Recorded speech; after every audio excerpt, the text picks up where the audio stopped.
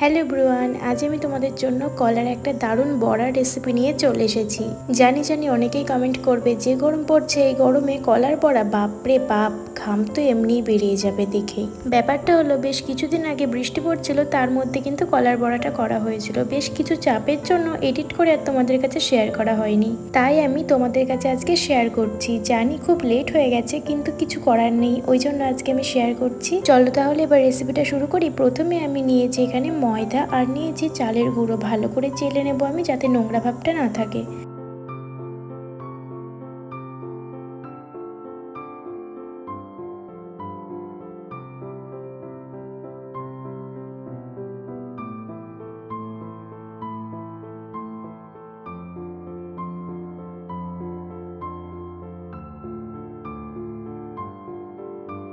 এবারে দিয়ে দেবো স্বাদ অনুযায়ী পরিমাণ মতো নুন। তারপরে কলার খোসাগুলো ছাড়িয়ে কলাগুলোকে আমি একে একে দিয়ে দেবো।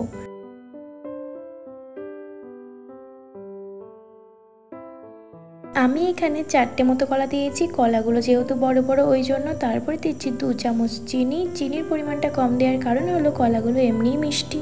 তারপরে পরিমাণ মতো জল দিয়ে এবারে ভালো করে মেখে নেব। মাখাটা যত ভালো হবে তত কিন্তু ফুলবে ভালো। ও আর একটা কথা, তোমরা মনে করলে কিন্তু দুধও দিতে পারো। আমরা অবশ্য সবসময়ই দুধটা দিই, কিন্তু বৃষ্টির দিনে করা হচ্ছে তো, তাই দুধটা পাওয়া যায়নি। যদি মনে করি একটু লিকুইড প্যাকেট দুধ কিনে আনবো বাজার থেকে, সেটারও উপায় নেই।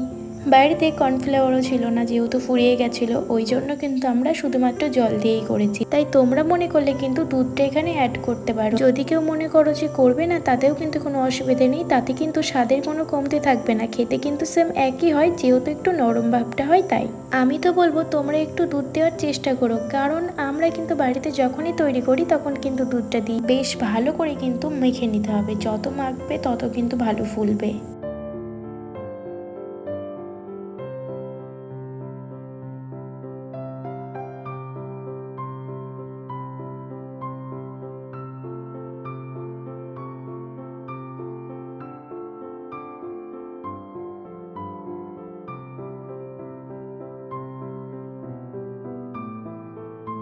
তো আমার কিন্তু ভালো মতো মাখা হয়ে গেছে। এবারে কড়াই বসিয়ে দিয়েছি, কড়াই দিচ্ছি সাদা তেল। সাদা তেলটাকে ভালো মতো গরম করে নেব।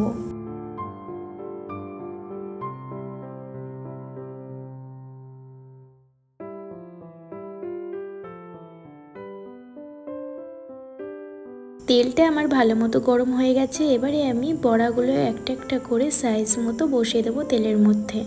ব্যাস, আর কোনো ঝামেলা নেই। এবার শুধু ফ্রাই করলেই রেডি হয়ে যাবে আমাদের কলার বড়া।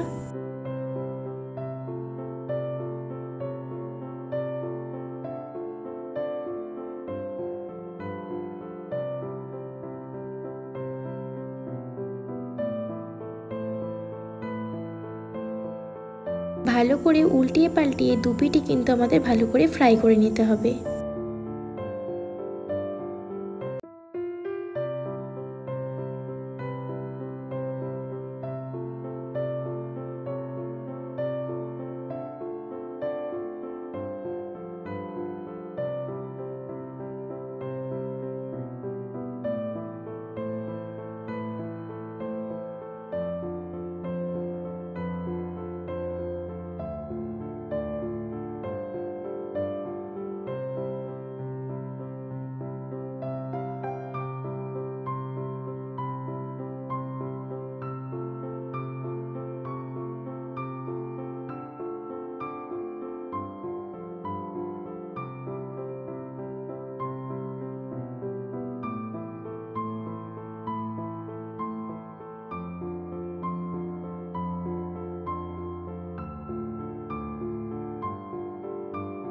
বেশ ভালো করে কিন্তু আমি দুই পিঠি এপিট ওপিট উল্টিয়ে পাল্টিয়ে ভালো মতো ফ্রাই করে নিচ্ছি। তো ফাইনালি আমার কিন্তু কলার বড়া রেসিপিটি রেডি হয়ে গেছে। এই যে তেল থেকে ভালো করে সেঁকে নিতে হবে, ব্যাস, তাহলেই রেডি হয়ে যাবে আমাদের কলার বড়া। অনেক সময় দেখবে আমাদের অন সিজনে কিছু কিছু জিনিস খেতে ইচ্ছা করে যেগুলো পাওয়া যায় না, যেমন তালের বড়া। তার মধ্যে কিন্তু এটাই করে নিতে পারো। সো ট্রাই করো অবশ্যই।